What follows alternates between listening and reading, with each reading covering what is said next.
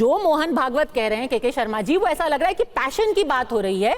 उनके शब्दों का तो ये भी निष्कर्ष निकाला जा सकता है कि उनको ये लग रहा है कि अब ये पैशन से ज्यादा कहीं फैशन तो नहीं हो गया है। नहीं, देखिए इसको जो है पद्मजा जी, मैंने पहले ही कहा कि संघ प्रमुख जब कोई बात कहते हैं तो उसके बहुत से आयाम हैं। अब आपकी दृष्टि है कि उसको आप किस दृष्टि से ले रहे हैं, लेकिन अभी मैं सपा के एक मित्र जो हैं प्रवक्ता बैठे हैं, उनकी मैं बात सुन रहा था। मैं बहुत पुराने इतिहास में नहीं जा रहा हूँ, मैं तो तत्काल से ही बात कर रहा हूँ। खूब चर्चा की, सद्भावना की, आपके संस्कृति की, इतिहास की, इसकी सम्मान की बात कर रहे हैं। मैं केवल आपको एक कोट करता हूं। ये 3 दिसंबर को संसद में अखिलेश यादव जी का दिया हुआ बयान है, जो कि लोक महत्व के अविलंब मुद्दे पर अखिलेश यादव जी ने बोला। अब ये देखिए कैसी सद्भावना वो दे रहे थे और कैसी जो है वहां पर लोगों की संस्कृति की बात कर रहे हो, कितना भाईचारा की बात इसमें की उन्होंने। ये संभल के मुद्दे पर उन्होंने कहा। उन्होंने इस मामले पर, इस पूरे बयान पे, अल्पसंख्यक जो 0 आवर्स का बयान है, 5 बार इन्होंने खुदाई खुदाई खुदाई खुदाई बोला। मुझे एक बात पद्मा जी बताइए, भारत के किस मस्जिद की 1 इंच जमीन भी खुदी है? कहीं खुदाई हुई है तो मुझे बताइए आप, किसी मस्जिद का 1 इंच भी खोदा गया है?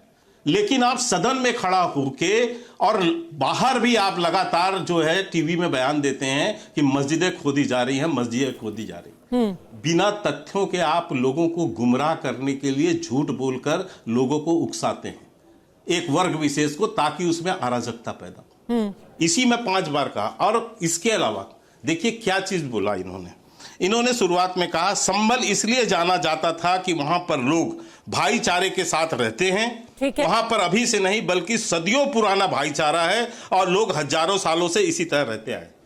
अभी आपका ही रिपोर्ट है पद्मा जी, 19 बार दंगे स्वतंत्रता के बाद उस संभल में हुए, 19 बार दंगे।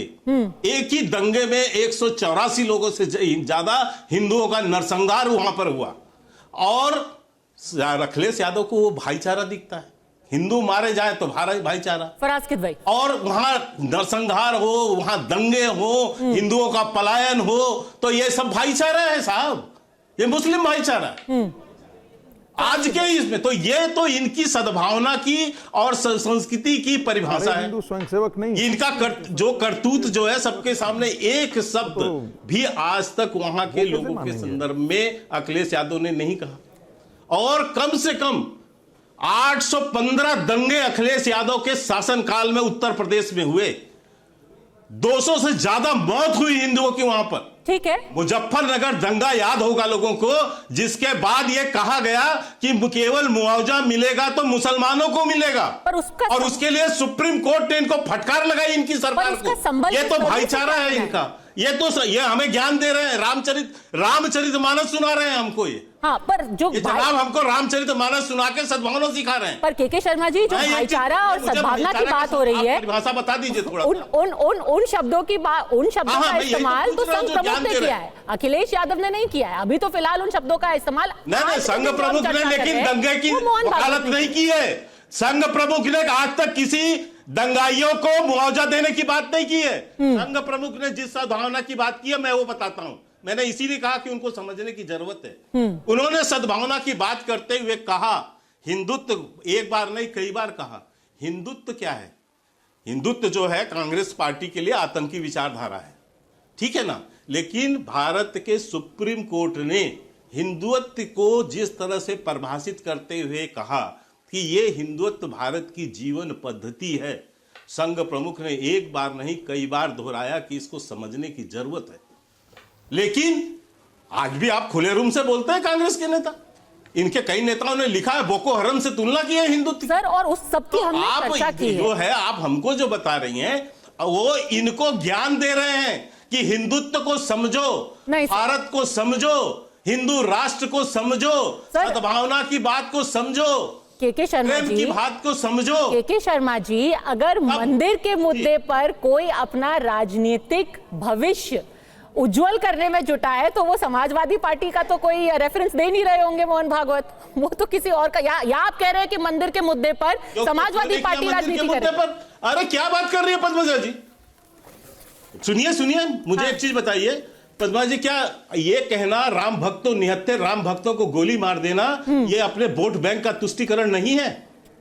सर जो है भगवान राम जो है काल्पनिक है, एफिडेविट दे देना ये मुस्लिम तुष्टिकरण नहीं है। किसी और दिन ये आर्गुमेंट चल जाता। कौन सी राजनीति है? एक सेकंड प्रोफेसर, कौन सा बैड बॉल ये तो आप जो आपसे सवाल पूछे जा रहे हैं, जो आपसे सवाल पूछे जा रहे हैं वो आप उनको मिस डायरेक्ट कर रहे हैं। आप कई टाइम से ये चर्चा करते आ रहे हैं कि राम भक्त पे गोली मिस डायरेक्ट है। नहीं मैडम, चर्चा की है। पद्मजा जी सुनिए, आप मुझे बताइए ना, भारतीय जनता पार्टी ने मंदिर का क्या इशू लिया है? मैं बता देता हूं आपको। हमने 500 साल पुराना मामले पर डंके की चोट पे कहते हैं, हम छाती ठोक के कहते हैं कि हमने अपने घोषणा पत्र में राम जन्मभूमि के उद्धार की बात की थी। बकायदा अपने घोषणा पत्र में डंके की चोट पे लिखते थे। और पालमपुर में करके भी दिखा दिया, 3 मंदिरों के जिक्र किया था, करके भी दिखा दिया, मथुरा भी पारित किया, आंदोलन भी किया, वहां अजमेर बलिदान भी दिया, नहीं था ना, सरकारी संभल का जिक्र था ना, ये जिक्र का भी बलिदान किया हमने। और सर कहते हैं डंके की चोट पर। और सर जब पिछली बार संघ प्रमुख ने ये बोला था कि हर मस्जिद में शिवलिंग को नहीं ढूंढना चाहिए, तो उन्होंने एक और चीज बोली थी। प्रमुख ने कभी अयोध्या आंदोलन का विरोध के संदर्भ में विरोध किया है? नहीं किया था, पर उन्होंने क्या बोला था? उन्होंने एक बहुत जरूरी चीज बोली थी। इस वाक्य को अगर पूरा पढ़ा जाए तो उन्होंने ये जरूर बोला था, क्या बताइए हमारे एक अयोध्या के संदर्भ में उनका बयान दिखाइए। मैं बता रही हूँ ना कि उन्होंने पूरा क्या बोला था। उन्होंने बोला था अयोध्या के संदर्भ में क्या बोला है? अरे अयोध्या के संदर्भ में नहीं बोला था। मैं यही कोट ना करें पद्मा, मैं मिसकोट नहीं, मैं तो फुल कोट बता रही हूँ। उन्होंने कहा था, हम तो कह रहे हैं कि आपने जो मंदिर की राजनीति की बात की, आपने मंदिर राजनीति नहीं थी। 140 करोड़ भारतीयों के आसपास। मैं ये नहीं कह रही हूँ कि अयोध्या पे राजनीति हो रही है। हमारे विरासत सर, ये तो फिर से मुझे ही मिसकोट किया जा रहा है।